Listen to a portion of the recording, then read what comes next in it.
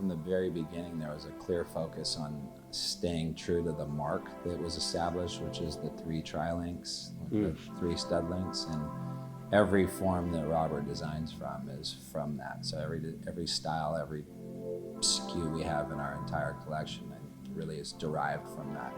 Been very hyper focused on making sure that every piece of jewelry comes from that. I would see people wearing, jewelry and nice things, and I could only really identify 2 things that I knew for sure, and that was Cartier love bracelets and Rolex watches. I want to have something that's recognizable and iconic. I think the way to do that would be keep it consistent. First ring I ever made, right? This was sculpted out of clay, only to find out that you don't cast jewelry out of clay. I just became obsessed with it, and I decided this is something I've got to learn. I had this huge collection of jewelry for my fashion shoots and stuff like that for people that would show up and didn't have anything. I'd collect it from estate sales and reservations on travels, thrift stores, swap meets, whatever. I had this nice box and this big collection, and at one point I kind of looked at this collection and was like, you know what? How do they make this stuff? That's where it started, right? All this stuff, how do they make it? I don't think I ever really intended to start a brand. I was trying to really make stuff for my own self.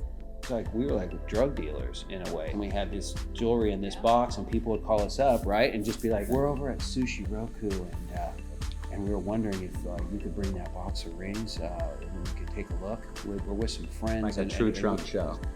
We had some old school car, and we just pull up. People, we're outside, and then they'd come outside, and we literally pop the trunk.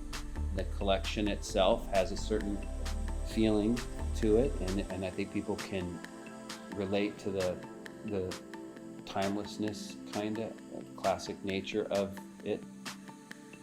Living on the West Side is just something that I think has been conducive to our lifestyle, really, right? I mean, we met at Topanga. We like to surf.